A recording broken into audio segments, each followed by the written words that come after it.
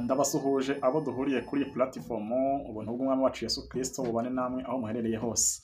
Ni amahirwe adasanzwe, ni amahirwe atangaje kuba tugihumeka umwuka w'abazima. Izina ry'Imana yacu nirihabwe icyubahiro. Uwiteka yakoze ibikomeye natwe turishima, niyo mpamvu uyu munsi tukihumeka, niyo mpamvu uyu munsi wa none Imana iba yaduhaye kugira ngo twongere uyu munsi twahawe turebe ngo ese ni iki kidutandukanya n'Imana. Uyu munsi ni umunsi tuba twahawe kugira ngo twongere turebe ahantu ikintu tutatunganije bityo tugitunganye, kandi ikintu tutashyize mu mwanya wacyo tugishyire mu mwanya wacyo. Uwiteka rero yaduhaye umurimo, kandi umurimo mwiza ni umurimo Uwiteka yatubwiye yuko nta wundi murimo usibye umurimo wo kwihana ibyaha. Buriya icyaha ni ikintu kidutandukanya n'Imana. Icyaha nicyo kidutandukanya n'ijuru, kandi icyaha nicyo kintu cyatumye Yesu Kristo ajya ku musaraba, kandi kujya ku musaraba kwa Yesu Kristo kwari ukugira ngo arimbure burundu icyaha muri mwene muntu.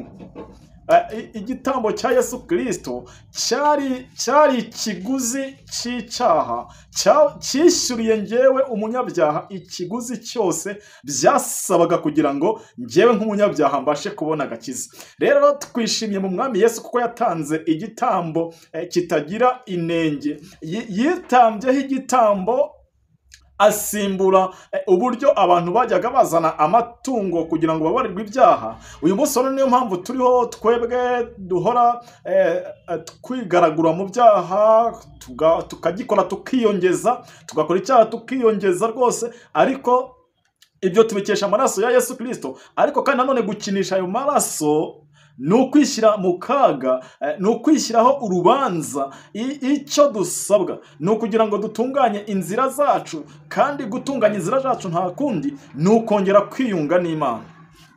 Mu kwiyunga n'Imana rero ni ukwemera yuko uyu munsi wa none ndi umunyacyaha.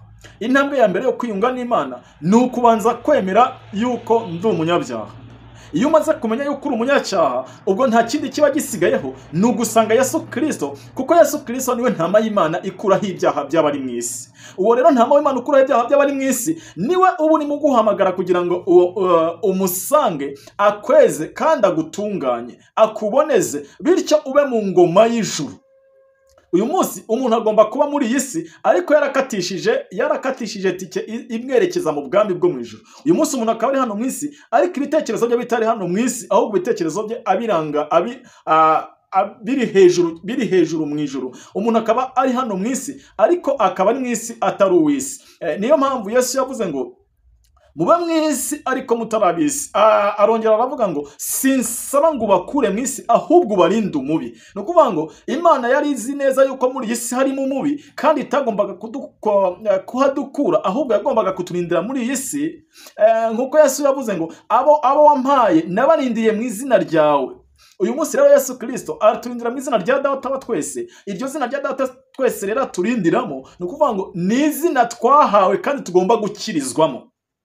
Yesu Kristo rero ngo niwe byiringiro by'iyi si, kandi Yesu byiringiro by'iyi si, umwakiriye wese ahinduka ibyiringiro bizima. Uyu munsi umuntu agomba kugira ibyiringiro mu isi itarimo ibyiringiro. Umuntu agomba kubaho ubuzima mu isi itarimo ubuzima, kubera ko ubuzima bwo mu isi ni ubuzima bushaririye. Ariko iyo umuntu yakiriye Yesu Kristo, amuhindura umwana we, kandi akamuhindura icyaremwe gishya, ibya kera ntabwo biba bikimutwara, ahubwo uwo muntu asigara noneho afitanye amahoro n'Imana. Uwo muntu asigara afite urukundo rw'Imana ruri muri we, kandi urukundo rw'Imana rwitangira abandi. Uwo muntu asigara amenya yuko atariho kubwe, ahubwo ariho kubw'abandi. Rero uyu munsi none Imana irashaka yuko nge nawe twabaho kubw'abandi, ntitubeho kubwacu, tukabaho tubereyeho abandi, kugira ngo nabo bagire umunezero mu isi itarimo umunezero. Mbega amahirwe atangaje yo kugira Yesu Kristo nk'umwami n'umukiza wacu.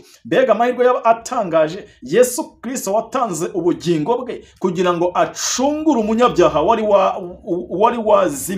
Uyu munsi niwumva ijwi rye ntiwinangire umutima, kandi uyu munsi Yesu Kristo aragushaka kugira ngo ubuwe by'iteka ryose. Yesu Kristo yatanze ubugingo bwe kugira ngo ducungurwe. Niyo mpamvu kuko Imana yakunze abari mu isi cyane, Imana yakunze abantu cyane, byatumye itanga umwana wayo w'ikinege kugira ngo umwizera wese atarimbuka ahubwo ahabwe ubugingo buhoraho. Niba rero Imana yaradukunze urwo rukundo, Imana ikadukunda urukundo rutangaje rwatumye ijuru ritanga umwana wayo w'ikinege akamanuka kugira ngo acungure umunyabyaha.